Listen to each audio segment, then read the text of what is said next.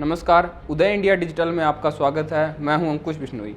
लोकसभा चुनाव के चौथे चरण के पूर्व प्रधानमंत्री आर्थिक सलाहकार परिषद भारत में जनसंख्या वितरण पर आई एक रिपोर्ट ने राजनीतिक वातावरण को मानो आग पर रख दिया है। जनसंख्या वितरण पर राजनीतिक बयानबाजी तेज हो गई है। रिपोर्ट के अनुसार भारत में 1950 से 2015 के बीच कुल जनसंख्या में हिंदुओं की जनसंख्या 7.82% घट गई है, जबकि मुस्लिम आबादी 43.15% बढ़ गई है। हिंदुओं के लिए यह अत्यंत चिंताजनक है। रिपोर्ट के अनुसार हिंदू जनसंख्या के तीव्रता से घटने का सिलसिला पड़ोसी इस्लामिक देशों पाकिस्तान, अफगानिस्तान, बांग्लादेश में तो चल ही रहा है। पूर्व के एकमात्र हिंदू राष्ट्र नेपाल में भी हिंदुओं की जनसंख्या उसी तीव्रता के साथ कम हो रही है, जो अत्यंत चिंताजनक है। रिपोर्ट में कहा गया है कि दुनिया के अधिकतर मुस्लिम बाहुल्य देशों में मुस्लिम हिस्सेदारी में बढ़ोतरी हुई है।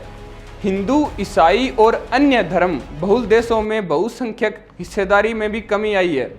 परिषद ने दुनिया के 167 देशों में 1950 से 2015 के बीच आए जनसांख्यिकीय बदलाव का अध्ययन किया है।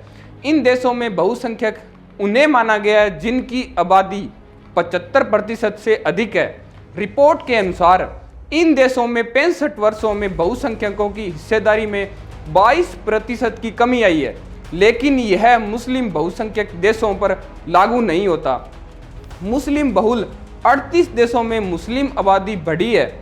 पड़ोसी राष्ट्र म्यांमार और बहुसंख्यक बौद्ध आबादी भी 78.53% से घटकर 70.80% रह गई है।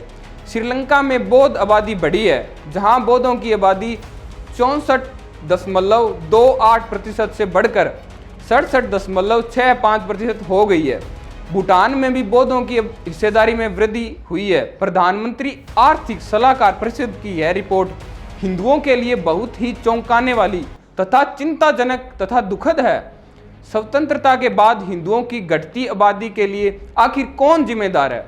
निश्चय ही इसके लिए कांग्रेस व उसके गर्भ से निकलने वाली प्रधानमंत्रियों का शासनकाल व उनकी एक पक्षीय मुस्लिम तुष्टीकरण की नीतियों को ही सर्वाधिक दोषी माना जाएगा।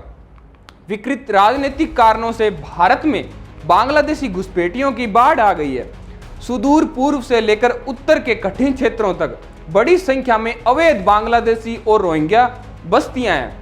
तुष्टीकरण की घृणित राजनीति के कारण भारत के पूर्वोत्तर सहित 9 राज्यों में हिंदू अल्पसंख्यक हो गए हैं, जबकि 1 दर्जन से अधिक जिले ऐसे हैं जहां हिंदू अल्पसंख्यक हो गए हैं। बंगाल के मुर्शिदाबाद में हिंदू आबादी तो मात्र 30% ही रह गई है। केरल का हाल तो सर्वविदित है। पाकिस्तान, अफगानिस्तान और बांग्लादेश में भी हिंदुओं की घटती आबादी के लिए भी कांग्रेस शासनकाल की लचर नीतियां ही जिम्मेदार है, क्योंकि जब इन देशों में हिंदू व अन्य अल्पसंख्यक समाज के लोगों पर अत्याचार हो रहे थे और उन पर जघन्य अपराध करके उनका धर्मांतरण किया जा रहा, तब भारत में कांग्रेस के नेतृत्व वाली सरकारें मुस्लिम तुष्टीकरण के कारण अपना मुंह बंद कर लेती थी। कांग्रेस सहित इंडी गठबंधन दलों का कहना है कि जनमानस के असली मुद्दों से ध्यान भटकाने के लिए यह झूठी रिपोर्ट जारी की गई है।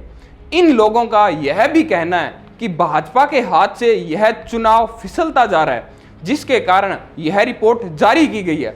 वास्तविकता यह है कि कोई भी सचेत और सतर्क व्यक्ति स्वयं अनुभव कर सकता है कि हिंदू आबादी कम हो रही है, मुस्लिम आबादी तीव्रता के साथ बढ़ रही है। यह बहुत ही चिंताजनक है कि भारत जो हिंदुओं तथा सनातन की धरती है, वहीं कम होती हिंदू जनसंख्या की समस्या से जूझ रहा है। यदि जनसांख्यिकीय परिवर्तन ऐसा ही चला तो 2050 में भारत का क्या होगा, यह विचार करने का समय आ चुका है। वामपंथी विचारधारा के वशीभूत पड़ोसी राष्ट्र नेपाल अपना हिंदू स्वरूप खो चुका है।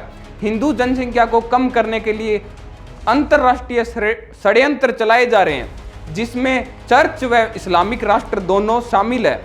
जनसंख्या असंतुलन के तीनों प्रमुख कारकों धर्मांतरण, घुसपैठ और जनसंख्या नियंत्रण के लिए परिवार नियोजन का पूरा बोझ हिंदुओं पर डालना तीनों के लिए ही भारत के अंदर बैठी और भारत के बाहर कार्यरत हिंदू विरोधी शक्तियां जी जान लगा रही है।